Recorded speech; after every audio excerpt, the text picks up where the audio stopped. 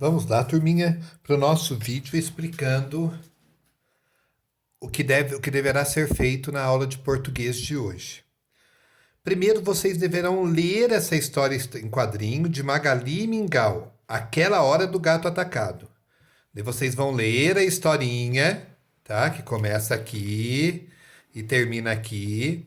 E depois nós vamos interpretar algumas coisas nas próximas páginas. Olha, na página 62, ele pede para você voltar na historinha e escrever as expressões que são usadas na história e que demonstram uma linguagem mais informal, espontânea. Tem várias falas da Magali que é uma linguagem informal e espontânea. Diferentemente da linguagem da notícia e do texto informativo, a linguagem do diário e da história em quadrinhos se aproxima bastante da fala. Dizemos que a linguagem do diário e da HQ, que é a história em quadrinho, é mais informal, espontânea. E às vezes, gente, aparecem até gírias. O que são gírias? Nas frases abaixo, extraídas do livro Diário de um Banana, o personagem Greg usa uma linguagem própria das pessoas com quem convive no dia a dia.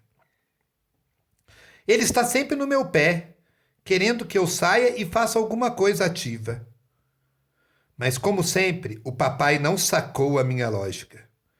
Olha para você ver, ele usou palavrinhas para poder indicar uma ideia. Ele está sempre no meu pé.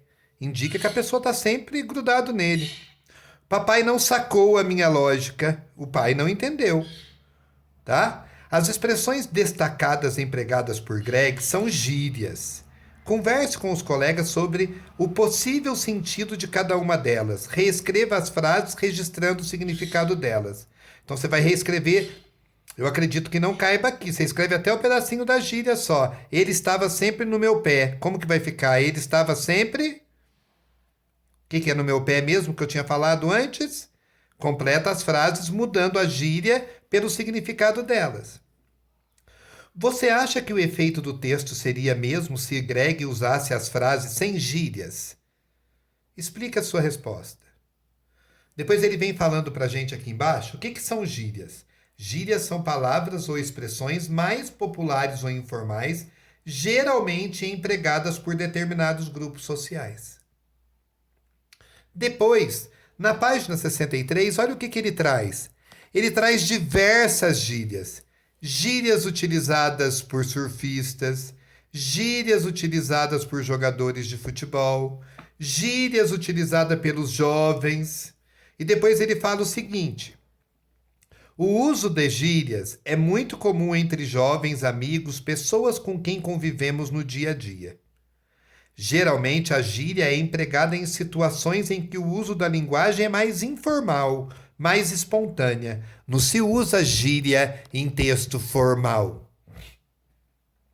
Há o uso de gírias próprias de roqueiros, internautas, profissionais de determinadas áreas, feirantes, caminhoneiros, médicos. Cada profissão tem as palavras que eles usam dentro da profissão deles. As gírias podem variar dependendo da região em que são empregadas, pois há diferenças de sentido de um lugar para o outro. Isto é, as gírias usadas em certo lugar podem não fazer sentido em outros. Tá? Por exemplo, o povo antigo aqui falava pamode. Era uma gíria, um jeito de falar daqui. Tá? Agora, o que é o pramode? Para você ver. Agora vamos lá. Depois que você viu ali sobre as gírias, ele pede para você reescrever cada frase, substituindo a expressão destacada por uma gíria que você conhece. Meu time está indo muito mal. É o último da classificação do campeonato. O que você podia trocar aqui esse último da classificação? Tá? Preciso te contar uma fofoca. O que significa a palavrinha fofoca? Então, preciso te contar uma. Surfista iniciante costuma levar muito tombo, mas depois melhora. O que seria essa palavrinha tombo? Eu posso mudar ela pelo quê? Seu time só perdeu porque o goleiro falhou e tomou o maior gol. O que a gente pode trocar por maior gol? Se você olhar lá atrás, tem todas essas dicas para vocês fazerem. Derramei refrigerante na roupa e passei muita vergonha na frente de todo mundo. Quando passa muita vergonha, qual que é a gíria que os jovens usam? Então, se vocês olharem aqui, ó, vocês conseguem encontrar o significado para poder fazer essas atividades. Na questão 9, fala o seguinte: leia esse trecho retirado de um livro paradidático que fala sobre o corpo humano e observe a linguagem empregada. Daí prestem atenção na forma como é escrito. Ó, os ossos do seu corpo são duros e rígidos por fora, mas são mais leves e mais moles por dentro. Os ossos são duros porque são compostos de cálcio e fósforo. Muitos ossos são ocos, o que os torna leves. O tecido mole encontrado no centro dos ossos é chamado de medula. Há gírias nesse texto? A linguagem desse texto é informal? Então respondam a essa questão e depois leiam esse textinho aqui embaixo.